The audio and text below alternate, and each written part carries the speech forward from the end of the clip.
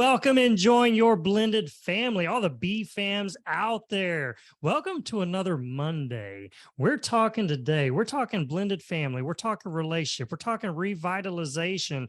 And we're talking how can we just continue growing together and staying healthy. But today, we have some special guests with us. We have EJ and Tarah Kerwin with us. They are from Relationship Renovation. So we're so excited to have them. Let me just kind of give a little breakdown here. So EJ is a licensed professional counselor. Tarah is a licensed marriage and family therapist. They're owners of the Relation Renovation, which is not just a podcast where they're constantly pouring valuable information for you, but they do professional counseling as well. They also have created a lot of online resources, programs, tools and tips to help that are all focused on helping couples. I love this. Get revitalized, reconnected, and get more intimate. So I love that. Sign me up. So welcome, EJ and Tarah. Thank you for being here today. Absolutely. Thank you so much for having us. I love the welcome B fams. I love that. That's so cute. Well, thank you. We had to stand apart. It's like, it's for so long we were searching. I know whenever we started our blended family journey 15 years ago, we were searching for resources and it was just really limited for the blended family. So to have a BFAM community, it's kind of us all locking arms saying, you know what, you're not alone. We're all in this together and we can grow and learn from each other so that our families are healthier. So yeah, no, love that, but love having the two of you here. Kind of before we get started, we always love asking, what are y'all's family dynamics? What's the makeup? How long have you been married, kids, animals? What's that look like for you? All right. Well, we have been, it'll be 10 years in, 10 years in March that we've been together. We have four kids. 10 years married. 10 years married, 12 years together. Yeah. Sorry, I just had to, We do that. I love that. That is marriage right there. Yeah. We have four kids. We have a 14-year-old and a 16-year-old who I brought into the relationship. Mm-hmm. And then we have twin 8-year-olds that we had together. We like to say that Tarah went from 0 kids to 4 kids in 18 months. I did.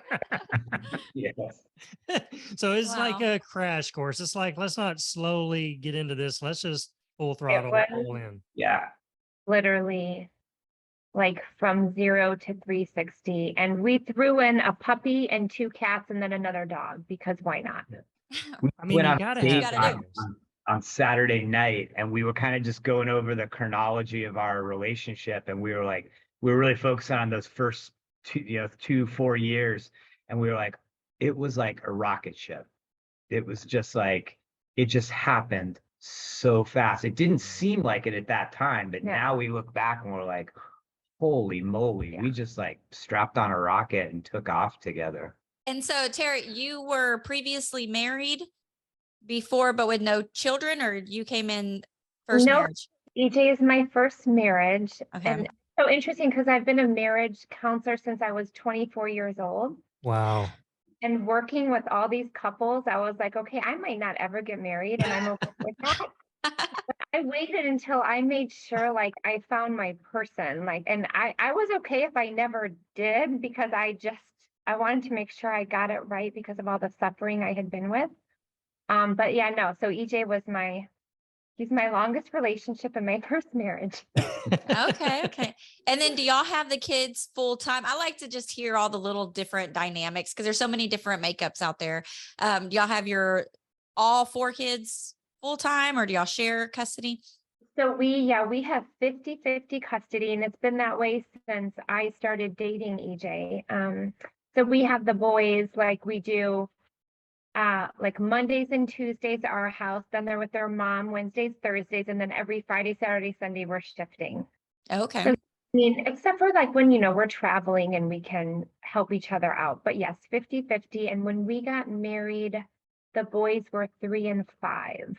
No. Okay. No, well, yeah, when we got married, when we got together, though, they were 2 and 4. 2 and 4. Yeah, I missed the 0 to 2 years. Like they were so easy. I'm like, oh, kids. Like I didn't even know if I wanted kids. I was gonna say you made up for your double time with twins then. Yeah, EJ was like, do you want kids? I'm like, no, your boys are great.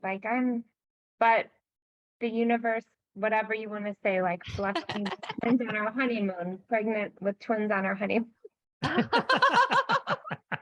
So Wow. that's our Wow. dynamics. I mean, and Tara's been a part of the boys' lives. I mean, really, they barely remember life without Tara. So it's been, we've been together as a family as far as they're concerned. That's just the way it's always been. Yeah. The one thing that and I don't know if this is because of all of the like scary things when you hear like stepmom, but I call myself B mom for bonus mom. Love that. Yeah. Because stepmom, it just has that like Negative. again, probably from like stories we were told when we were kids and the wicked stepmother, blah, blah, blah. Mhm. So I- B mom is how I always introduce myself. I love his shortening that too, because in the blended family community, we've seen that shift where we're putting that positive spin on it, to where you got the bonus parents, bonus kids, to getting away from the step kids, because it does have that negative connotation to it. But yeah, shortening it from that, going B mom, the B dad. Yeah. It gives like you that. like that kind of nickname type Yeah. thing as well, making it your own. So yeah, I love that. Yeah. That's awesome. So we want to dive in a little bit, because y'all both have been you're marriage professionals. You Marriage work professionals. marriage professionals. You work with families, you work with couples, just really trying to restore their marriages. You've been doing this for such a long time. And then on top of that, being a blended family yourself, I know you've seen a lot of challenges, have heard a lot of challenges. Are there a few that kind of stand out for blended families? And are there ways that we could be more proactive, maybe in our blended family, to curb some of the challenges we might face? So I've been working with blended families for, again, over 2 decades.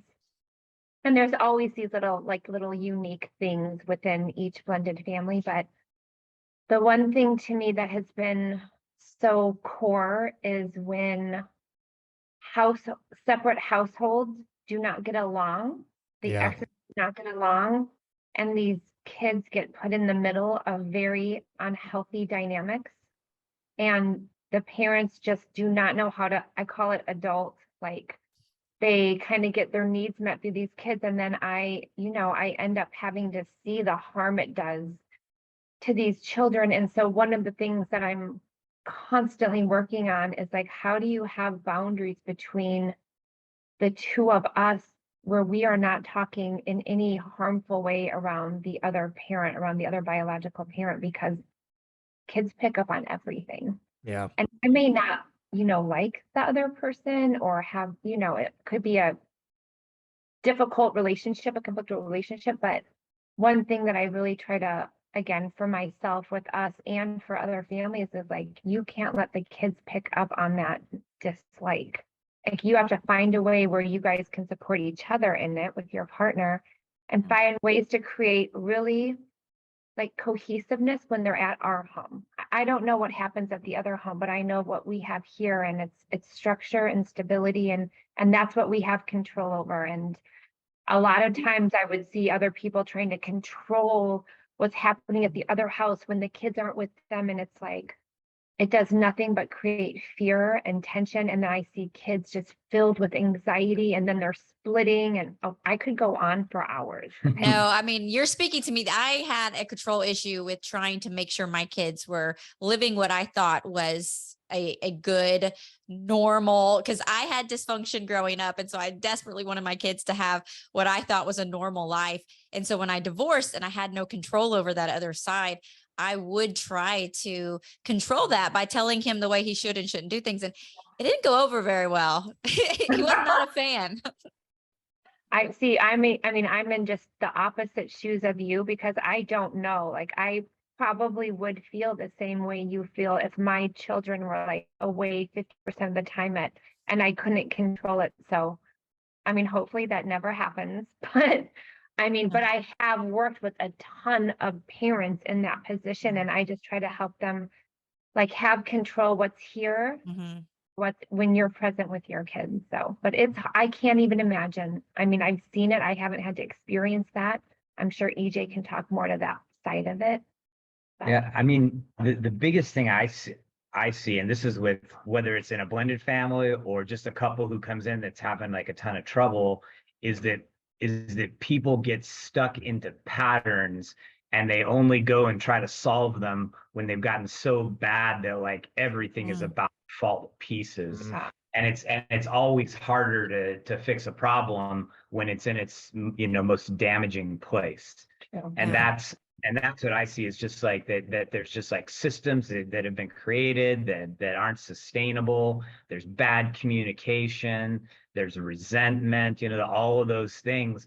And they've gotten so entrenched that the people are like, it's like they're stuck in a maze and they have no idea like, how do I get out? I can't like go back, 5 years or 10 years. And so they're just in this place of feeling like super powerless and then really disconnected here. And if we're disconnected, then the kids are going to start feeling disconnected. How, of course, we're going to be disconnected with the other, people on the outside, the other parent. And so it's just about like, how do we get into a place of empowerment that we can make positive changes? For us, I mean, and this continues. We've been together for over a decade. And like really, this is probably like dealing with the blended family stuff was the number one issue. Mm. The core boundaries around it, the me feeling like I have no control over like education and team sports. And like what I get to say, like I felt so powerless like as a stepmom, B mom. And then I didn't know how to take it out or deal with it. And so I would be really mad at EJ, like constantly, like just set better boundaries or just like, and so that was really the start of why we created what we have. Like in 2016 is when we developed our counseling center together because we're good people. We love each other. We have a whole freaking toolbox of like therapeutic interventions. Like nothing was helping. We really felt very stuck and we did not know how to get unstuck. And then when I had the twins, I was like, oh my gosh, I hope my stepsons don't think I love them more because they're going to be with us 100% of the time. And then I want them to have great school experiences, but I don't really have, it was so confusing. Yeah. So confusing. And we It's both wanted the same thing at the end of the day, but it didn't feel like that a lot of times.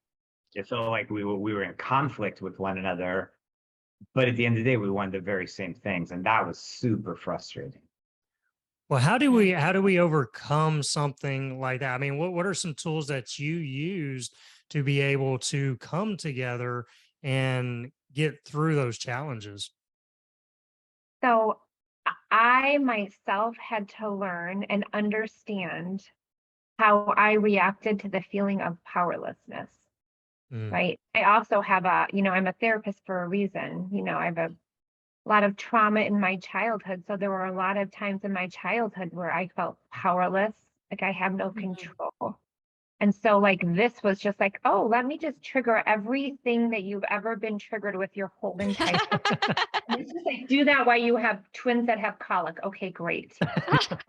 So I had to recognize like what is this feeling? And so we developed actually this really cool, and I can even send you a link to it. It's called this cognitive restructuring technique that when we get triggered, what I really want to do is like, just stop doing that. But I don't. I'm like, okay, what are my thoughts? What are my feelings? What are my behaviors in this moment? I take some time. I really go to what is the negative core belief that's being activated, which is usually like, I am powerless. I have no control. Sometimes it's, I'm not safe. I mean, and then I have to tell myself like, this is okay. I'm okay right now. Like I do have choices. I have a choice to be with EJ. I have a choice to show up as a mom and a be mom every day. Like, so I kind of get myself out of this spinning mode that doesn't ever take me anywhere good. And so I stop and I do this little restructuring technique. And then I come back to EJ and I share it with him. Like, even if the thoughts and the feelings are awful, and some of the thoughts might be like, I can't stand looking at you right now. He hears sometimes really difficult things, but he's able to hold that space and we can help each other understand like what's really happening under all of it. Yeah. So we try to get to that like core, and we still do it. I mean, I still do my restructuring technique like once a week. We're so much better at it, but a lot of people don't have those tools to, they just, a trigger happens and they're off to the races. Yeah. And so we had to slow it down. Another huge one we use is code word. I They have seen, yeah, tell us about that. saved our marriage. I'm telling you, code word. It wasn't even the whole like all the skillfully, interventions like the restructuring. It was code word. EJ came home one day. I'll never forget. He like took over my entire caseload because I had these twins and they had colic and I was nursing every hour, and I was like, EJ, like, you're going to have to take over all of my clients. And so he would come home at like 9 at night after like dealing with, people who are suffering all day. Yeah. I would be like, I can't stand you. Like, how dare you be an adult today? Why I'm like milking cow here. And I remember I said, EJ, like, I am so overwhelmed and I'm taking all of my overwhelm out at you because you're the only person I can't do it with kids, can't do it at my babies. And I said, so I'm recognizing like I'm not my best self. And so I'm going to say, and I use my term burnt toast, right? Because how many times did I try to put my coffee and my toast in the toaster and I would forget about it because I would get so busy with the twins. And then I would like be like, oh my gosh, my coffee and my toast. And by the time like my toast would be actually it was burnt. So I said, okay, when I say burnt toast, that means I'm not in a good place. I don't want to take it out on you. I don't want to build more resentment than I already have because I'm super overwhelmed. And I'm going to go take care of myself.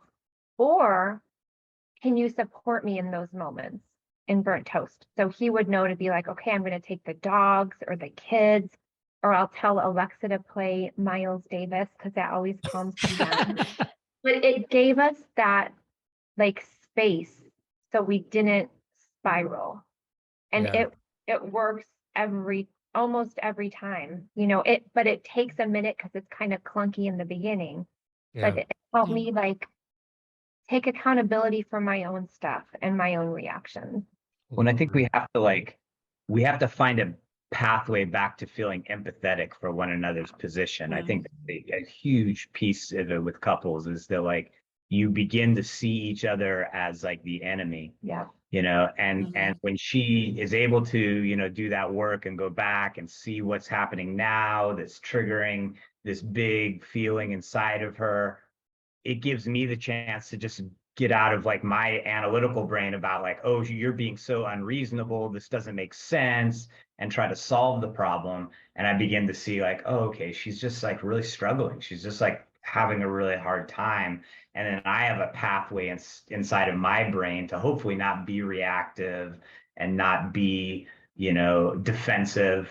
But you asked the right question. It's like you need tools to do that because our instincts are based upon our evolutionary biology, which is like defend yourself, get out of there, or freeze. And maybe if I just freeze, she'll eventually stop and go someplace else. Close my eyes. It's not real. Yeah. Man. I love. No, that is such great. I know everybody listening right now is like, wow, because in blended families, we see that, right? Because we can come to the table with baggage already, and then you're trying to work together, and we've got now kids involved and trying to figure out all the dynamics. So it's easy for us to get our emotions out of check. And so I love that advice right there of we've got to take time to understand why are we feeling this way? What is our trigger? Why am I getting triggered? And take time for yourself to be able to step back from it, not let your emotions overtake the situation, figure out what that even is, get to the root of it, and then be able to communicate that with your spouse. And then on the other side, having empathy for your spouse. Because, I know us in a marriage, if you're in a marriage for any length of time, it does. You start feeling like, you're my enemy, when we get on boxing gloves and stuff, but really it's like, no, you're my lover. You're the one that, I want to spend time with. I want to have fun with, why have I painted you as this?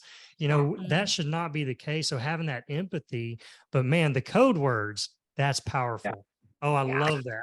Well, I was gonna say, just the way that you were telling the story, it made me emotional thinking of, because we're in this stage where our kids are now, adulting, and so our son just had a little baby, 3 months old, and so like hearing your story relating to my daughter-in-law, which is also nursing, and she's home all day, and my son is gone, and hearing the struggle that she's going through, and seeing my son as the enemy, as you're painting here, because she's just tired and exhausted in the hormones. And so I've been so far removed from raising babies, but hearing your story puts me in that place where they're at and makes me that much more empathetic for them as well, of like, okay, giving them these tools that you have of understanding that you're not upset with him.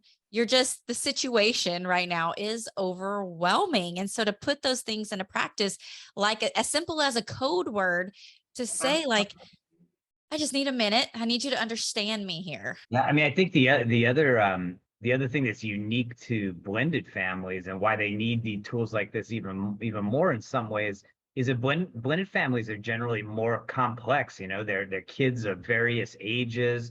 They're generally bigger, and so there's just like so much chaos going on that like trying to sort out what's going on, it's like there's no room for it, because Yeah. you're like struggling to stay above water, and if you don't have some real solid ways to go about dealing with really complex moments, it's easy for it just to feel like it's a constant storm. Yeah. Well, and you have a lot of blended families. They do have their ours babies. And so you have all of this new stuff that you're taking place in, and all the hormones, and just learning each other at the same time of this relationships that have already been established for multiple years.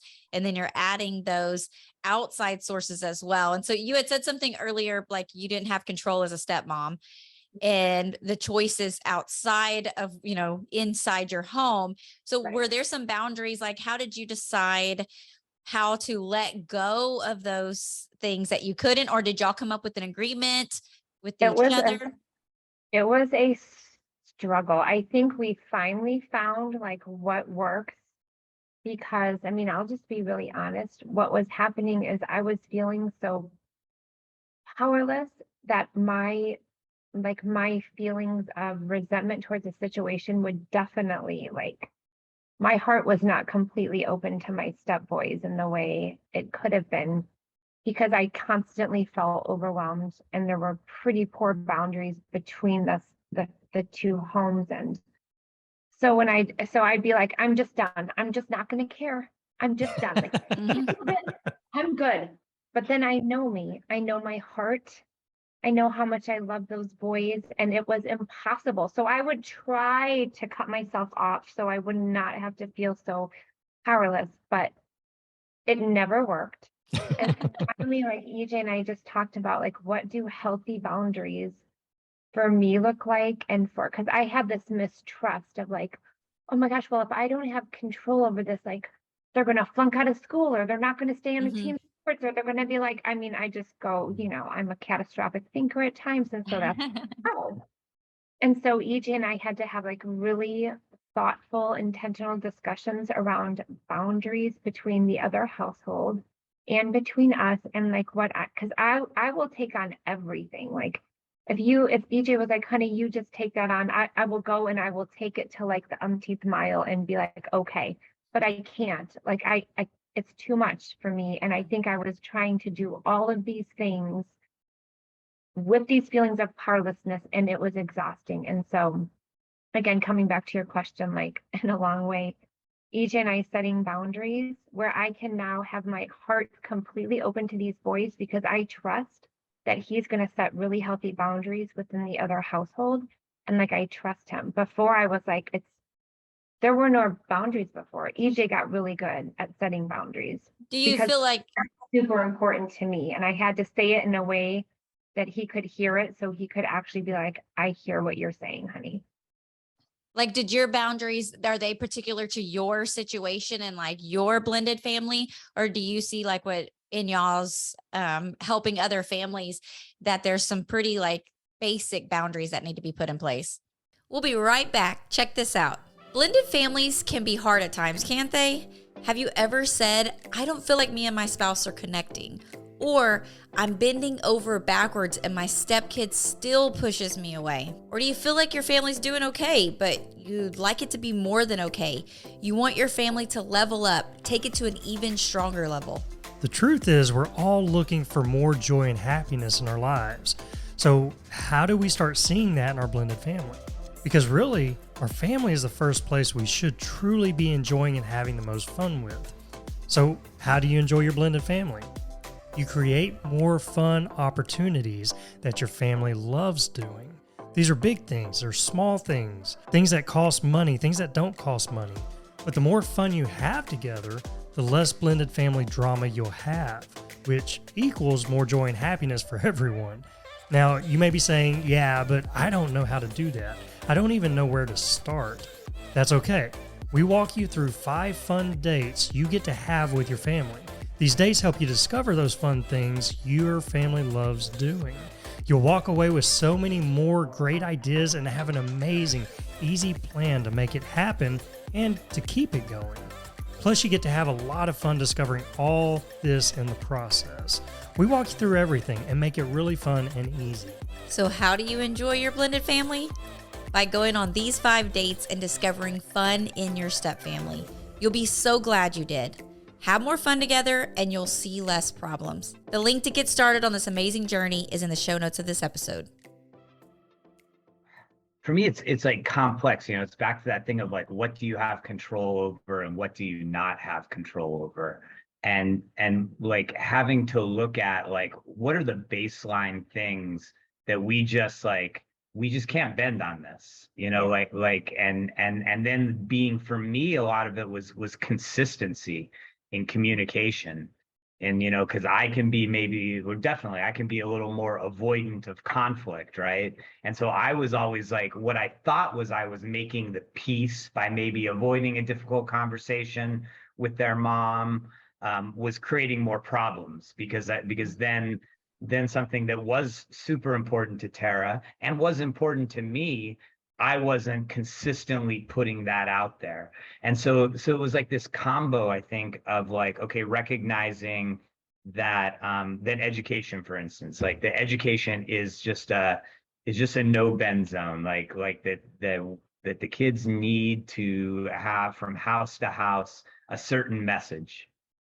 And that we're going to be very consistent, and we're going to have weekly texts saying, hey, so and so needs to do this, this, and this, and we can't completely control whether that happens, but the more I was consistent with it, it sent a message. It sent a message over there, but it also sent a message to Tarah, which then helped our relationship, was that like, hey, you're willing to go to bat, you're willing to stay consistent, you're listening to me, I matter, because that was I think that was a big thing that was triggered for Tarah too, was like what I want doesn't matter. And if I, would avoid having that difficult conversation for 2 weeks, 3 weeks, maybe a month and a half, it was fair for her to believe that like, hey, it didn't matter. It's not going to happen. But then when I got consistent about it, it shifted, and it creates a heck of a lot less conflict between the two of us, and it creates a lot more safety, I think, for the kids. Yeah. Absolutely. And I mean, I'm sure you guys hear this all the time. Like, a lot of people don't like talking to their exes, or they might have very complicated relationships, but that's different than boundaries. Like, boundaries mean that you're not going to let someone violate like your own values. And we had to get really good at saying, these are our values and they're really important. And then I felt like I finally had a voice, because things were being like, we set the boundaries, right? Yeah. And having that voice as a B mom is huge, because now I can, like, I'm like, they're my kids. I don't say stepsons. I don't whatever. Like, those are my boys. Yeah. I care about them and love them more than anything in this world. And I would do anything for them. But I always felt like I was in this box and I couldn't. But when I stepped into that power, like in a healthy way, it's awesome. I'm not like walking on eggshells anymore. I feel very supported by EJ, but it took many arguments, many tears, many discussions. But we, every day it's better. And again, I think that we are given these experiences and we try to get through them as best as we can so then we can help others. Yeah. You know, and for some people it'll work, for some, I don't know, but this is why we do what we do, because we keep getting all these different situations. We're like, okay, we got this, we can handle this. Yeah. We're good for now. We're like, we're stabilized. Well, it does grow you as just a person. It grows you as a marriage because, y'all know all too well, blended families, we have a lot of challenges. And like you said, it's constantly changing or is different. But I love how you put it that you've got to have consistency and set these boundaries up within your house. How much important is that for your kids? Because your kids are already kind of being pulled from home to home. They're seeing two different dynamics. So there's already a lot of inconsistency there. So for us as blended families, the more consistency in our home we can have, then that's helping our kids even more. So I love you pointing that out and just staying in communication.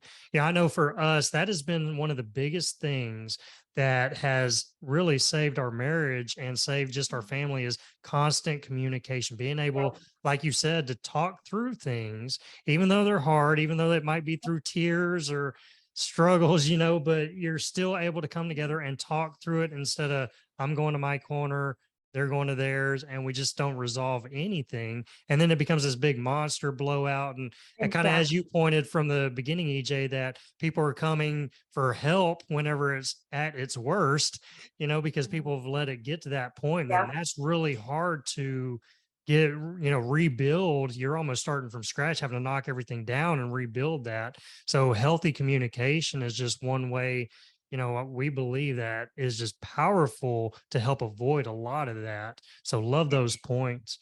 And we really try every week to have our family meeting. Like it's usually on Sunday or Monday, and we have all the kids with us.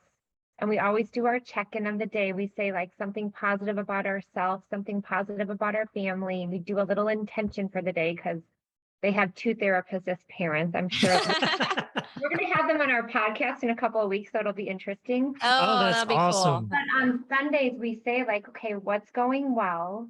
How can we improve as parents? Here's what we can see you improve of. And it just keeps us all on the same, not on the same page, but connected. Yeah. It's so important.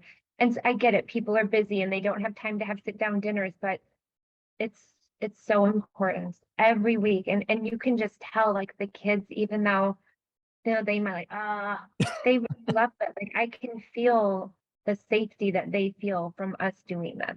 Y'all do that in your marriage as well. Is that correct? Y'all do check-ins? Something we preach to our couples, and that we definitely do is that like every single day we get up before the kids, before we go to the gym, 5 a.m. We have a cup of coffee, and we say our check-in is just how are each of us feeling today?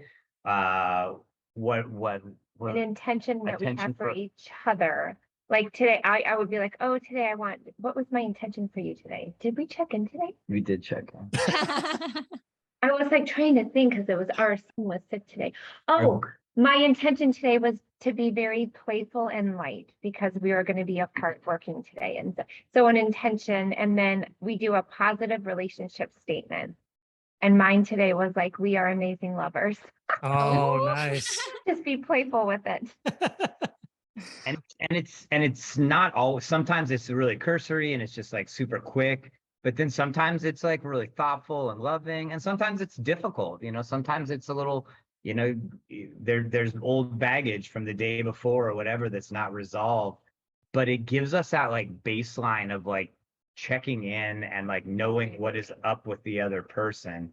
And I think it's easy because we're all so busy, we have so much going on, we have kids going here and there, that it's easy to just not have that emotional connection. And if we don't have that emotional connection, it's like, what's the point? Like, why are we with this person? I didn't pick her as my business partner, although she ended up my business partner.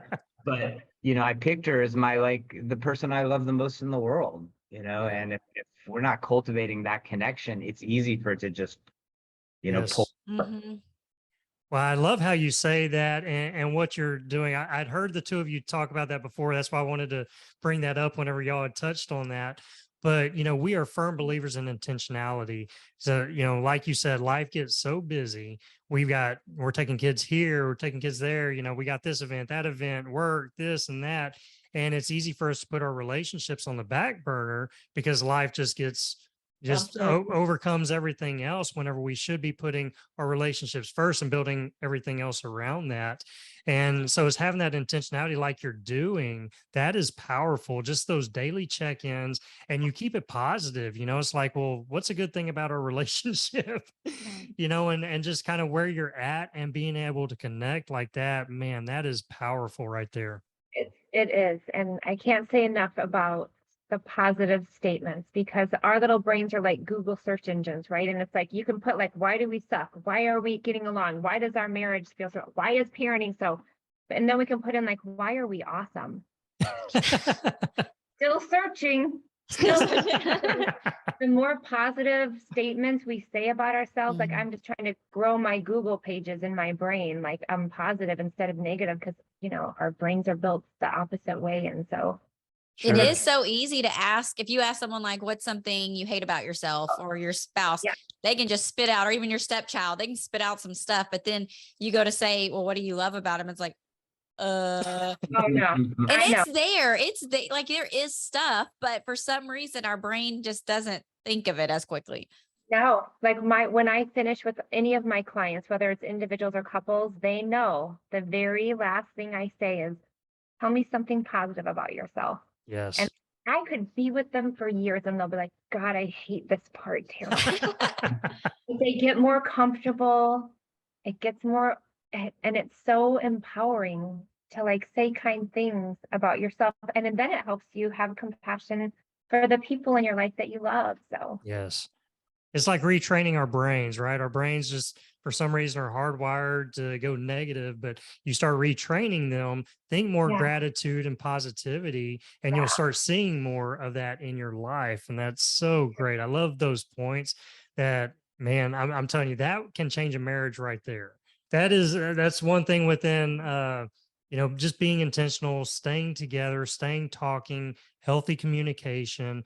That's, man, I'm telling you right there, that's what we as blended families couples need. So we could continue talking, but I got to know before we wrap up, EJ, do you, what's your word? Do you have can you share your maybe your code word or my code word? Yeah. I steal Tara's sometimes. I use the burnt toast. You do the burnt toast? It very much though fits into our relationship of like and what we learn about each other in the process is my challenge is I don't get overwhelmed and I tuck it away. And so like I don't get to that point where I need a code word. It's like I almost need the antithesis of it of like feel something, you know what I'm saying? Like, because I've just gotten so good, and part of it's why I'm a good therapist is I'm able to hold that space of neutrality, and a big part of sort of our work, and we just did a podcast about this a couple of weeks ago, was Tara saying like I need to see you're ugly, like I need to see when you're upset, I need to see when you're mad, I need to see when you're frustrated, because and I think that's a lot of men struggle with that because we just like keep it all so tucked away. But then the interesting thing is Tara will be like, I see it behind your eyes. She'll be like, you are so mad right now. And I'm like, no, I'm not. I'm fine. I'm all good, So that's an interesting dynamic because Tara's talked about this before. She's like, you need to use your code word. And I was like, I wouldn't know when to use it sometimes. I mean, and I will say to share your magic because it's almost like your code word internally is the minute this thought goes, here we go again, he starts to take care of himself. So I've learned like that cognitive pathway that I have a few phrases, like when we're in an argument or when things are going sideways in a difficult conversation about the kids, that there's a few phrases I say to myself, like, you got to be kidding me. This is BS, stuff like that. When I hear that inside of my mind, I know it's a time where I got to like come forward and find a kind way to say a difficult thing. And so Yeah. I pay attention more to like my internal thought process and what are the signs that I'm going into like that, like, kind of internal grr. That's a Yeah. good. Yeah. That's what, yeah. And that's when I come out with it.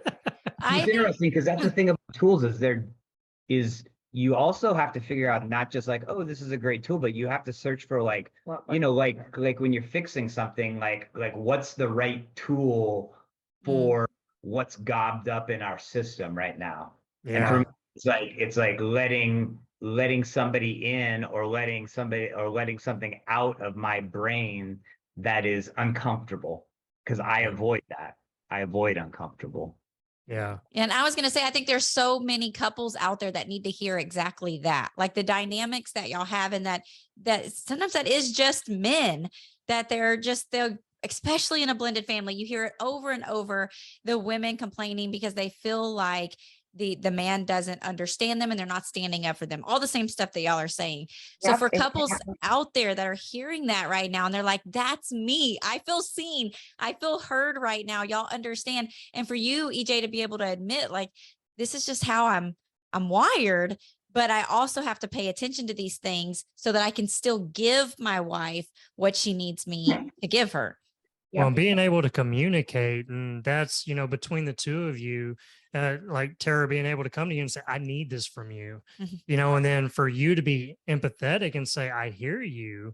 Okay, let me work on that so I can give you what you need.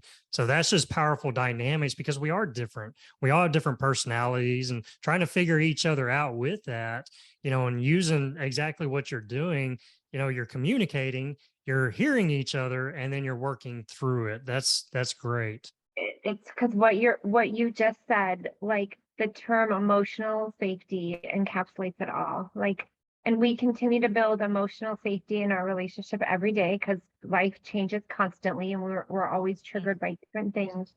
But when we build emotional safety with each other, which means I can be me, EJ can be, we can share our needs, we can be our ugly selves, we can be our beautiful selves, that he's not defending, that I'm not defending against each other. Like, you can get through anything. But it is so freaking hard to build emotional safety because so many people are like, nope, I'm not going to let him win. I'm Yeah. not letting her win. Mhm. And so it's, Well, and it's the That is- gateway to intimacy. And that's, Oh, that's the other thing. It's like Yes. why a lot of times that crisis that brings people in is a lack of intimate connection. And if I'm like emotionally, stacked away from Tara and not sharing anything vulnerable about what's happening internally from me, what are the chances she's going to want to open herself up to me? And Yeah. that is what intimacy is like Zero. just this like deep connection. And I think that that's what we miss out on because we either come at each other hard or we withdraw, or we stonewall. Yeah. And that emotional safety is like the key to the parenting, to the intimacy, to the healthy communication, to all of Yeah. that. Love that. Oh my goodness. This is like, I know all the listeners are like, wow, okay, I needed this. I needed to hear this. So the two of you, y'all have a lot of like online resources, other tools, things like that. How can our listeners connect with y'all? I mean, the easiest way is our website, relationshiprenovation.com. That's got houses, everything. We have a relationship renovation at home, which is like an online course that couples can take. And our podcast is linked in there, and our blogs and all of our media. We also have, the Instagram relationship renovation, TikTok relationship renovation. we're getting better at creating. We're having fun with that. We're working like that. We have to put in a little bit of fun. We've done some documenting We did of us trying to find family one. We did a two blended family one with the blender, and then all of us drinking from it was cute. Yes, I did. I loved that idea. I saw you talking to a dog, one of your dogs. Benny, with Benny. Yeah, Benny's like the conversations with him that I should probably be having with my wife.